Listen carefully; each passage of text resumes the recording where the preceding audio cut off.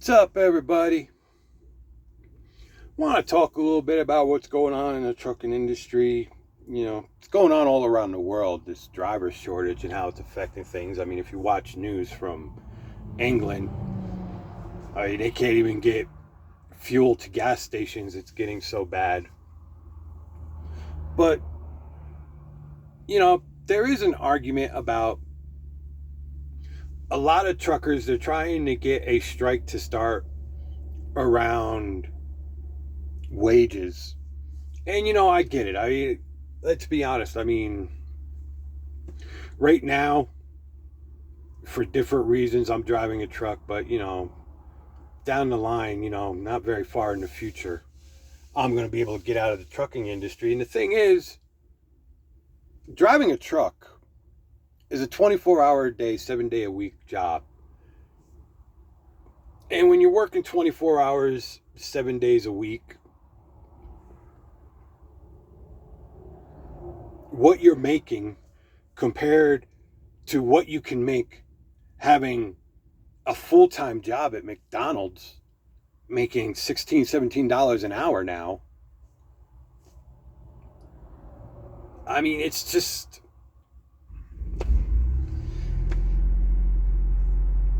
that's more money than what you're making driving a truck.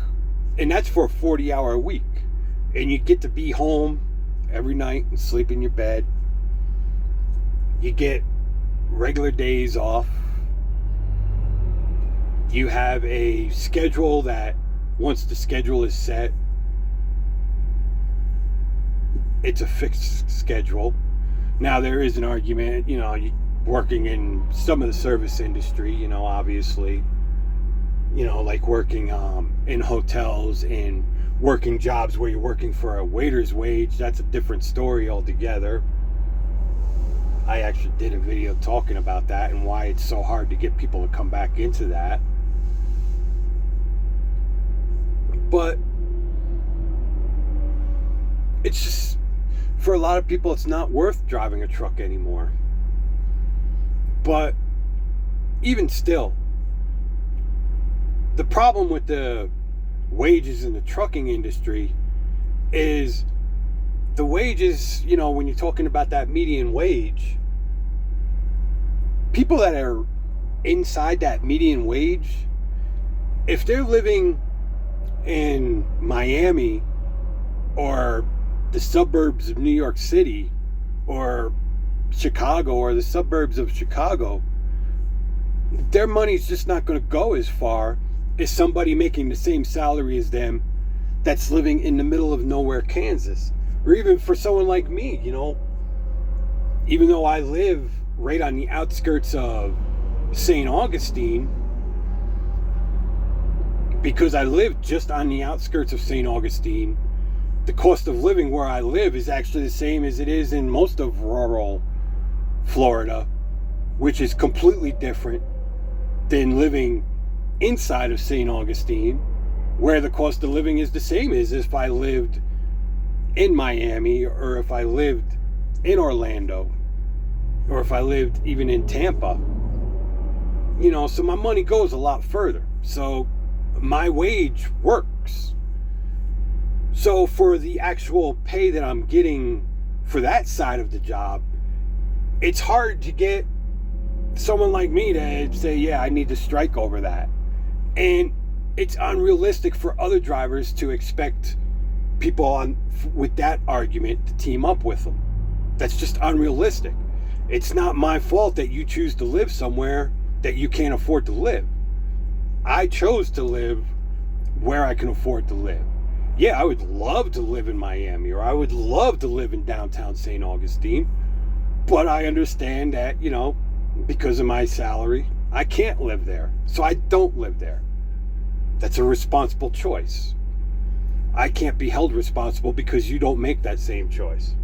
The thing we can get around that could be argued as being associated with pay, but it's a whole different dynamic of that pay, is the detention pay. I work on the grocery side of the industry generally, And on this side of the industry, it is a big problem because, you're going into these places and you have a scheduled appointment. Say it's, for example, let's say I have a court date. So I'm delivering somewhere in Jacksonville and I have a 8 a.m. appointment and I need to be in Palatka for a court date at 2 p.m. There's no reason for me not to make that court date. There's absolutely no reason acceptable for me not to be there. I have an 8 a.m. appointment. But the receivers don't care. As far as they're concerned, I'm just an indentured servant. They're allowed to keep me there for as long as they want because they have no responsibility to pay me for my time. And so what happens is I have an 8 a.m. appointment. I wind up not getting out of there till 2, 3, sometimes 4 o'clock in the afternoon. I miss my appointment. It's causing me all kinds of legal issues. And that's my problem. I was a responsible adult. I made sure that my appointment was set at a scheduled time so that I could be to where I have to be. I have a right to expect a multi-million-dollar company or a multi-billion-dollar company to have the same level of responsibility, courtesy, and due diligence. But that's not what happens. So, if we made that a point of the pay for a driver's strike, I think you could get pretty much all the truck drivers in the industry to agree and actually strike on that point. That makes sense. The regulations, you can get drivers to agree on that point and strike on that point. For example, because of the regulations, these ELDs, the electronic logging device, the American people were lied to about what was going on with drivers with their logs. For years, it's been a problem getting to some place with safe parking. It's been a problem created by the shippers and receivers with the detention issue. And so drivers aren't cheating their logs just to make more money than what they should be making. They're cheating their logs because they have to get from point A to point B so that they have safe parking, they can get something to eat, they can get a shower, they can be somewhere safe. And the government, they put all the regulations on the driver, they put all the responsibility on the driver, but they don't allow the driver to be in control of that responsibility. Nowhere in any of the regulations does it say anywhere that shippers and receivers are responsible for being responsible, civilized adults. Nowhere in the regulations does it say that shippers and receivers have to take due diligence. Nowhere in the regulations does it say if they want to detain us for all that time, they need to pay us for all that time. There's no responsibility at all on the shipping and receiving side of the industry. No responsibility at all. Yet, we're expected to be responsible when we're not allowed to be responsible. One way they could have fixed that issue is they could have made, fine. You don't want to go after the shippers and receivers. You don't want to expect multi-million-dollar and multi-billion-dollar corporations to be as responsible as we're expected to be. Fine. Put in the regulations that the driver is responsible for scheduling delivery. This way, we can still plan properly. And we can still be responsible. And we can take responsibility. And we can still do it in a way that's not going to break us financially. It's not going to force us to break the regulations, which also hits us financially when we get caught. And so on and so forth. That's a big problem. The driver should be the one scheduling the delivery. There should be more regulation as far as these schools that are training these brokers, because the broker is the middleman. Now, I've looked into getting my brokerage license. I've stayed away from all them $79.99 courses and them $89.99 courses and $99.99 courses. I've looked at legitimate courses, in all them legitimate courses, they do point out that to be a broker in the trucking industry, you need to be aware of hours of service. You need to be aware of the regulations that we need to abide by. And you're supposed to use that knowledge to work as the middleman when it comes to the shipper saying, okay, we're going to be ready to ship at this time. And the receiver saying, okay, well, we want it at this time. The broker is supposed to look at that and say, no, that's not realistic. That can't be done.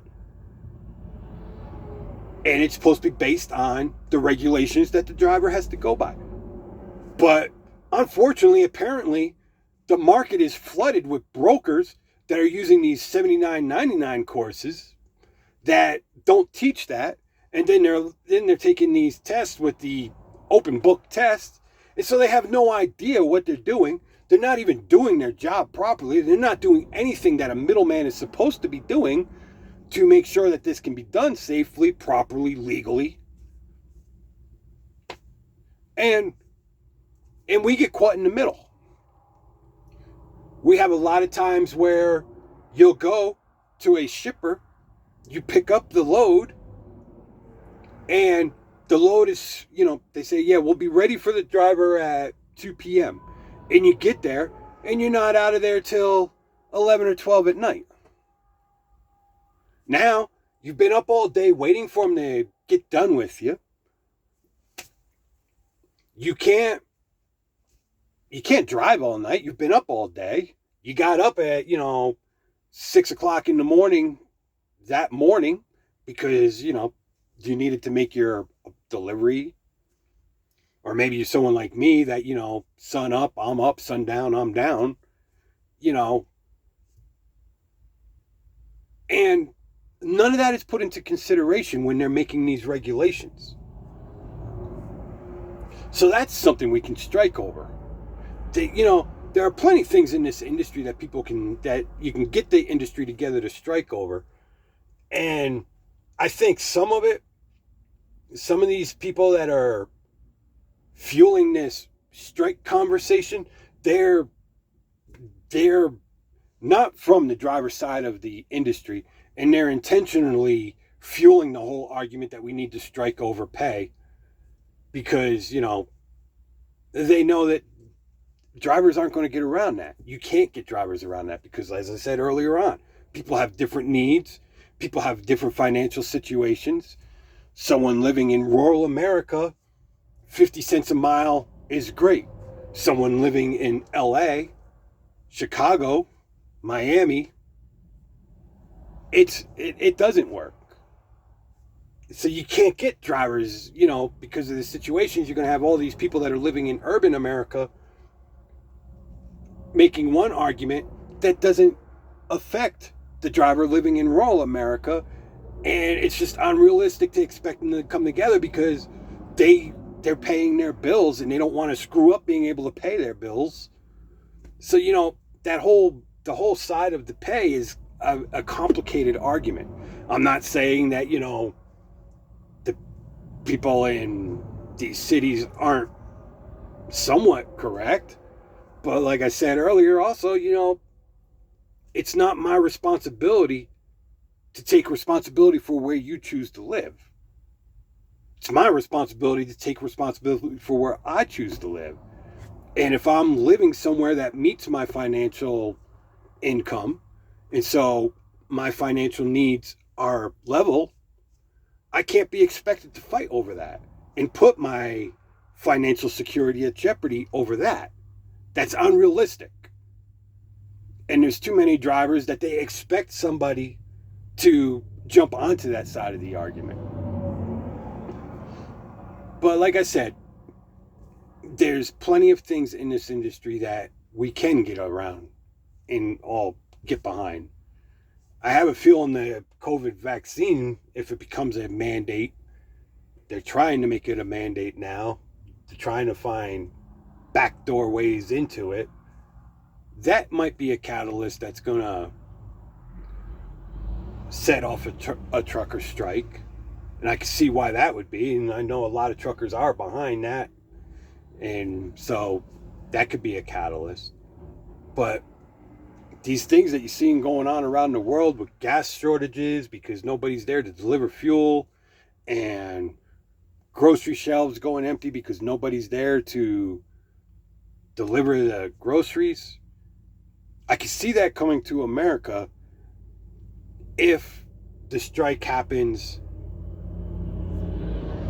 on the things that everybody in the industry pretty much agrees on and gets around.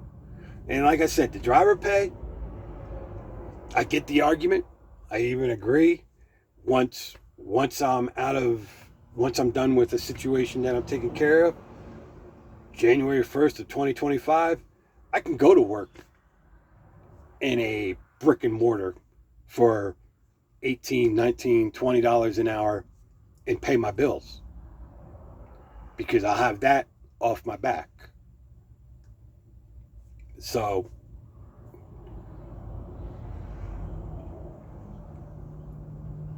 I get the argument that, about the trucker pay. I do get the argument.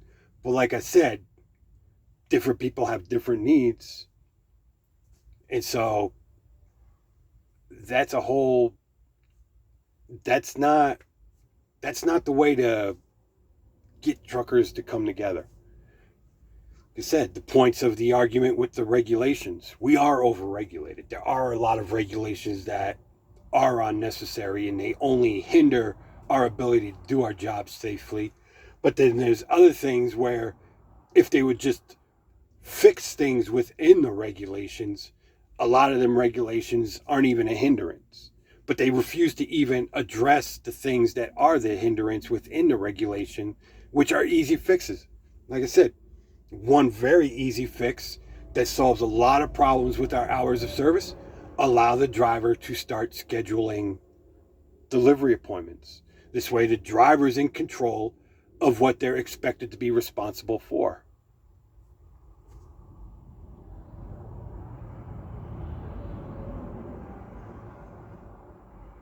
Detention pay.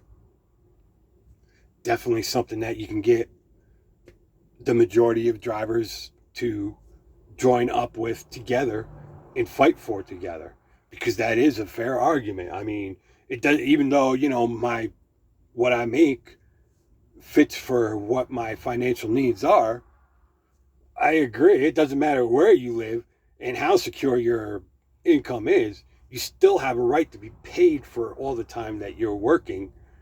And you can't put that on the trucking companies per se, because a lot of trucking companies are mom and pop trucking companies and they can't carry that weight because it's not their responsibility to begin with. It's the responsibility of the shippers and receivers. It's not the trucking company's responsibility. If the shipper and receiver refuses to load the truck in a responsible manner, that's the shipping and receiver, or unload the truck in a responsible manner. That falls on the shipper and receiver. That does not fall on the trucking company. That does not fall on the owner of the trucking company. So, there are things that have to be addressed. And there are things that have to be fixed. And there are things we can all get around to join forces and strike. And I do see it coming. I mean, there are enough narratives out there now that are starting to pick up on those type of talking points. And those are the narratives that they're bringing the most truck drivers together. And we're going to hit that tipping point where you're going to have enough truck drivers together that it will make a major impact on the economy in this country. And it will make a major impact on what's happening on the local level when it comes to store shelves and gas stations and the day-to-day needs of the average American. That is coming. We're not there yet, but it's coming. So we just need to start talking about things that we can all agree on and stop expecting everybody to take responsibility for what's your own personal responsibility. I mean, if you live in a city and you can't afford to work for 50 cents a mile, don't take a job making 50 cents a mile. Tell them you need this much a mile. If they refuse to pay you that much a mile, go to another trucking company and put in an application. Don't take the job that's not paying you enough. Just don't do it. And that will start to fix the problem, because as more and more companies go out of business in them areas that are refusing to pay you what you need to live in your area, that means there's going to be less and less trucking companies there, and they're going to have no choice but to start paying drivers more, because if they want to be able to start expanding their businesses by taking advantage of the demand that's existing, they need to pay more. That's the whole concept behind supply and demand. And that's how it actually works into wages. But if you're choosing to work for a company that doesn't pay you enough because you're choosing to live in a city, don't work for the company. That's completely, that's not my fault. I mean, I feel bad for you. It's not that I'm not sympathetic to it, but I can't put my financial security at risk over your personal life choices.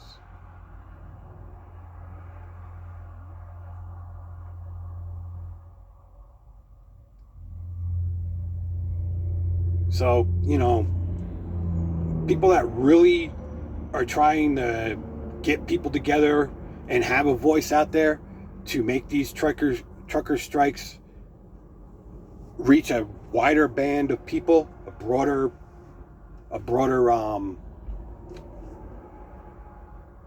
influence than someone like me. I mean, I have, I think, 30 followers. I don't, I do have videos though that a lot of people have watched, but I only have a handful of followers, so I don't have that big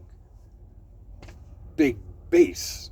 But for those of you that do, get off the issue of the trucker pay and start talking about the things that affect everybody on the same equal level ground. Like I said, like the detention pay, that is one that affects all of us. That's something where you can get the majority of us to agree. The regulations, ways to fix the regulations, that's something where you can get the majority of us to agree. Some of us might have a different viewpoint of how to fix them. Like I said, like for me, I think one of the main issues to start relaxing the pressure on the drivers is that make it a regulation that it's the driver, not anybody else. It's the driver who works with the shipper to schedule the appointment.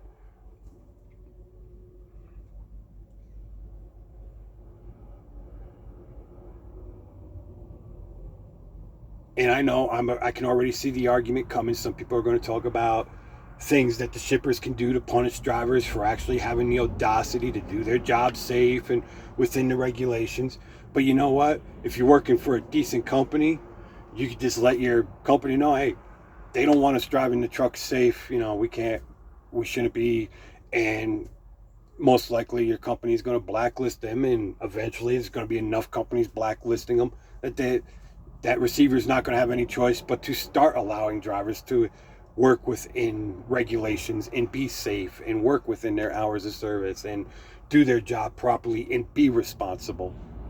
They're not going to have any choice but to allow it. In the beginning, yeah, I can see where a lot of them could probably even be trying to play that game, but it's gonna burn them out it's gonna burn them real fast, especially when it comes to the mom and pops, because the mom and pops got more to lose than the mega carriers, and the mega carriers can't pick up all the slack to make that work. So they're not going to have any choice but to start cooperating with the drivers. Again, supply and demand. That's how supply and demand works. So there are plenty of things in this industry that you can get us all together, and a trucker strike in America is a lot more feasible than people think. It's just people are using the wrong argument to try to create that strike.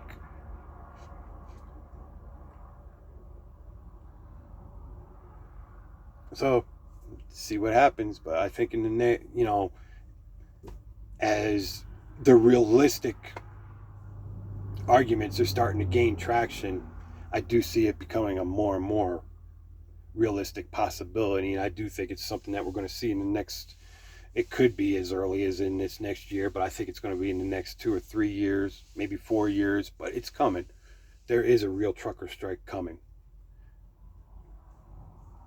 So we'll see what happens.